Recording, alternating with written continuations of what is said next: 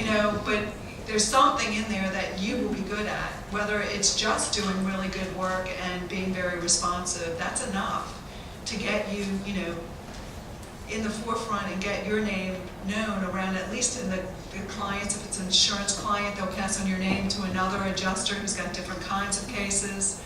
And then also in that vein, pay attention to their needs. I recently got a case from someone in a big insurance company that I don't have a relationship with, and it was from a referral. And so I asked her, would you like me to send you a copy of the responsive pleadings before we file them so you can take a look?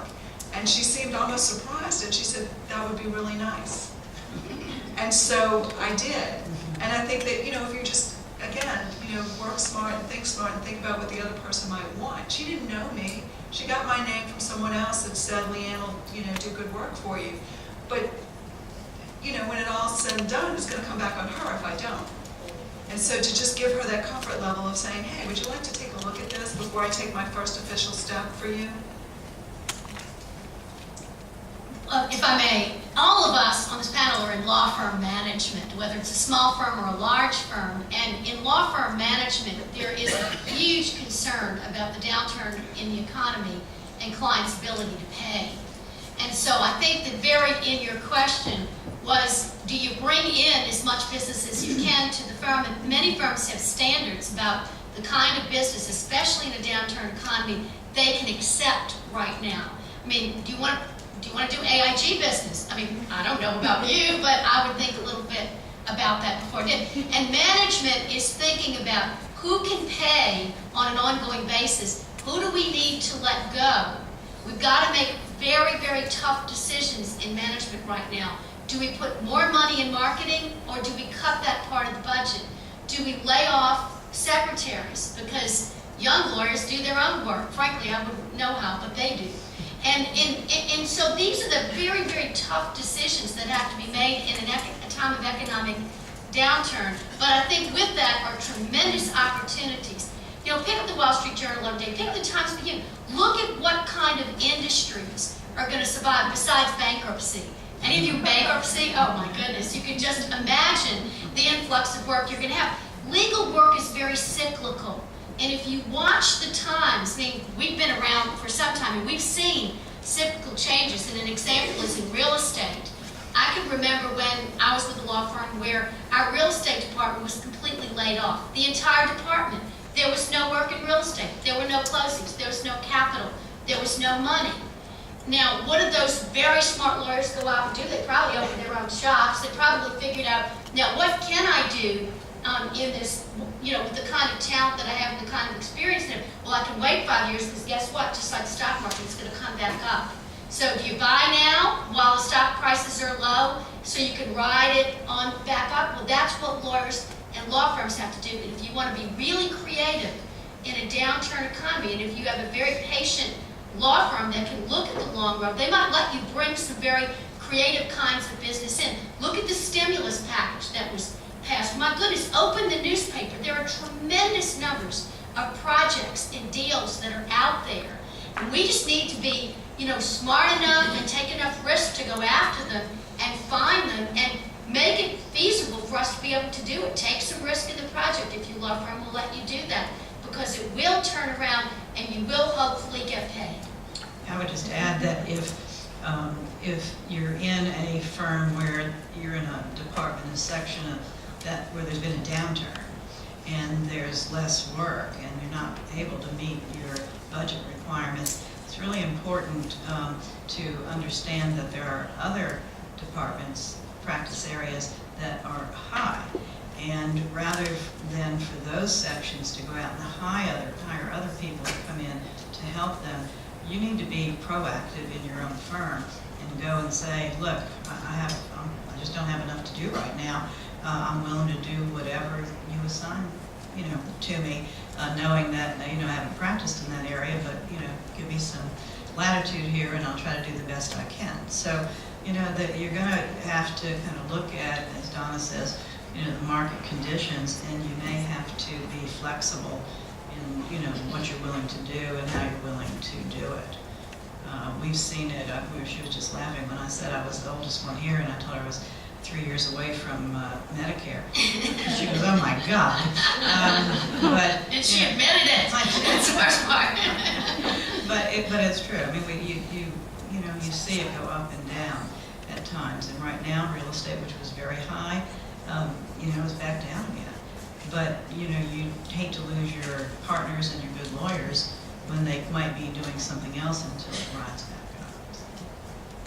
How do we self-sustain as solo practitioners in this economy? I think one, don't panic, because like Donna said, it does come back. I have to say personally, I haven't felt it. But I think that for me personally is really tied to post-Katrina issues and the kind of work that I have been doing. And so you still have to make the efforts to get yourself out there, to get your name out there, to continue to do good work. Maybe you increase visibility by, websites and things like that. It's not me. I'm with Donna Fresh. You younger lawyers, you have an advantage. You have an advantage. You have an advantage over the older folks. You have a better learning curve now than I do. But I don't, I think you just have to keep playing your game. I think there are times when you develop and I hate to use the word expertise because it's not always the case, but you've developed a practice that sometimes can be expanded. But you cannot take on everything. You cannot learn multiple new things.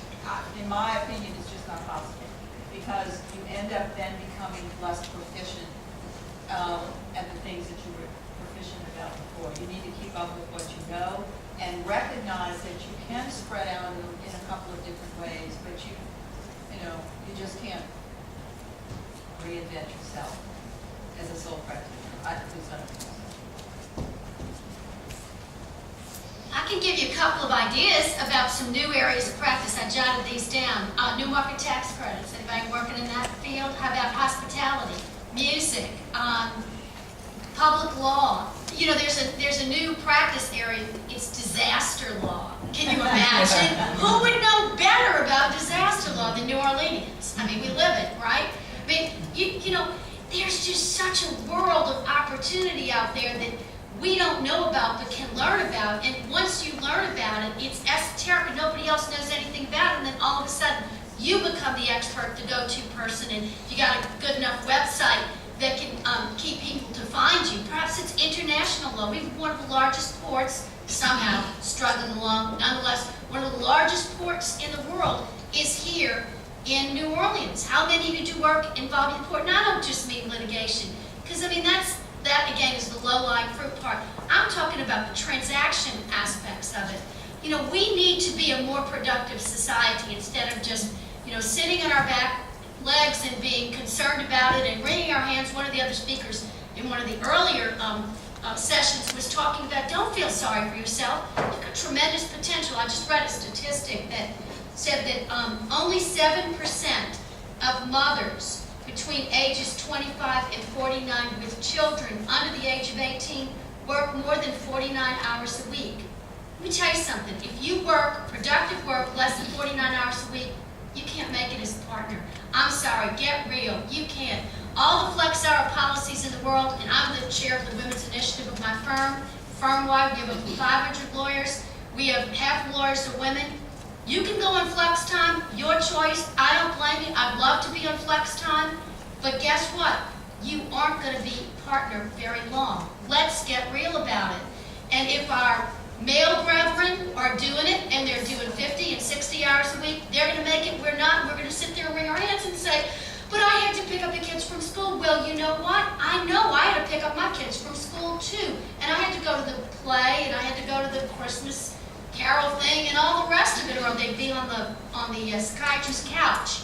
And some of them I probably drove to the psychiatrist's couch. But in any event, you've got to figure out if you can't do this